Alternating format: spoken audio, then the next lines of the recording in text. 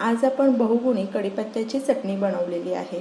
तर कढीपत्ता हा किती बहुगुणी आहे हे आपल्या सर्वांनाच माहिती आहे। कढीपत्त्याचे अनेक फायदे आहेत। लहान मुलं तर भाजीमधला कढीपत्ता खातच नाही। बरीच लोक भाजीतला कढीपत्ता हा साईडला काढून ठेवतात। अशा प्रकारे कढीपत्त्याची चटणी करून पहा।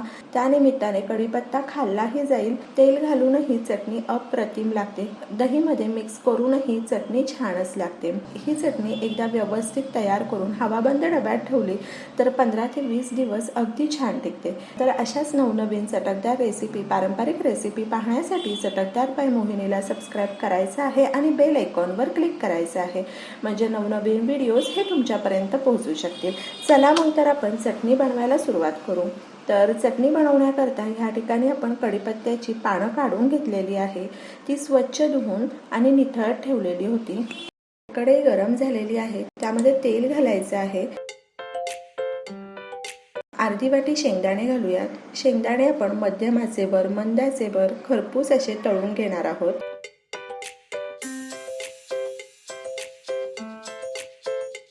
शेंगदाण्यांना लालसर कलर आलेला आहे। शेंगदाणे तळून झालेले आहेत। आता खोबरं घालूयात। खोबरंही आपण मंद आचेवर, मध्यम आचेवर छान तळून घ्यायचं आहे। तर या ठिकाणी तुम्ही पाहू शकता खोबऱ्यालाही मस्त लालसर कलर आलेला आहे। खोबरं काढून घ्यायचं आहे। यातले प्रत्येक जिन्नस आपण जितके छान खरपूस तळून घेऊ ना, तितकी चटणी ही छान लागणार आहे। आता अर्धी वाटी फुटाण्याची डाळ घातलेली आहे। फुटाण्याची डाळ तळण्यासाठी फारसा वेळ लागत नाही। अगदी 2 ते 3 मिनिटात फुटाण्याची डाळ तळून तयार होते।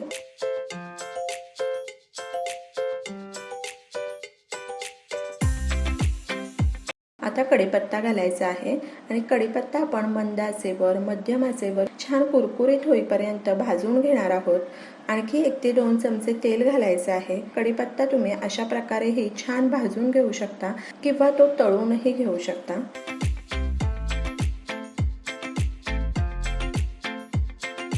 तर आणखी 1 चमचा तेल घातलेला आहे आणि कढीपत्ता अगदी छान मंद आचेवर भाजून घेऊयात। या ठिकाणी तुम्ही पाहू शकता कढीपत्ता अगदी छान कुरकुरीत झालेला आहे। आता आपण 2 ते 3 चमचे पांढरे तीळ घालायचे आहेत आणि तीळ घातल्यानंतर 2 ते 3 मिनिटाकरता आणखी भाजून घेणार आहोत। तर मंद आचेवर 2 ते 3 मिनिटाकरता आपण तीळही कढीपत्त्याबरोबर छान भाजून घेतलेला आहे। काढून घेऊयात।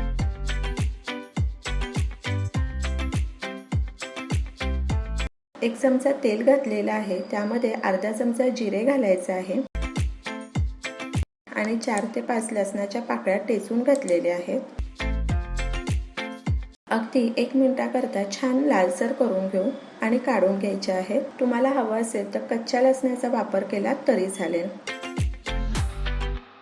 तळलेले सर्व जिन्नस हे थंड करून घेऊ। अर्धा चमचा हिंग घातलेला आहे। सर्वप्रथम आपण मिक्सी जारमध्ये शेंगदाणे, फुटाण्याची डाळ, खोबरं, लसूण आणि जिरे हे वाटून घेणार आहोत। चवीनुसार मीठ घातलेलं आहे। अर्धा चमचा मिरची पावडर घालूयात। मिरची पावडर तुमच्या आवडीनुसार तुम्ही कमी जास्त करू शकता। तर वाटलेलं मिश्रण एकदा वर खाली करून घ्यायचं आहे आणि आता कढीपत्ता घालूयात।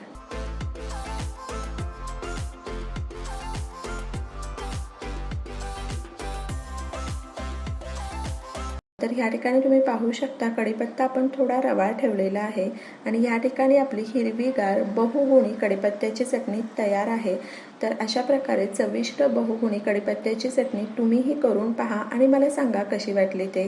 तर अशाच नवनवीन चटकदार रेसिपी, पारंपरिक रेसिपी पाहण्यासाठी चटकदार बाय मोहिनीला सबस्क्राईब करायचं आहे आणि बेल आयकॉनवर क्लिक करायचं आहे, म्हणजे नवनवीन व्हिडिओज हे तुमच्यापर्यंत पोहोचू शकतील आणि वेळात वेळ काढून तुम्ही माझी ही रेसिपी पाहिली तर त्यासाठी तुमचे खूप खूप खूप धन्यवाद। पुन्हा भेटूया अशाच एका नवीन रेसिपी बरोबर।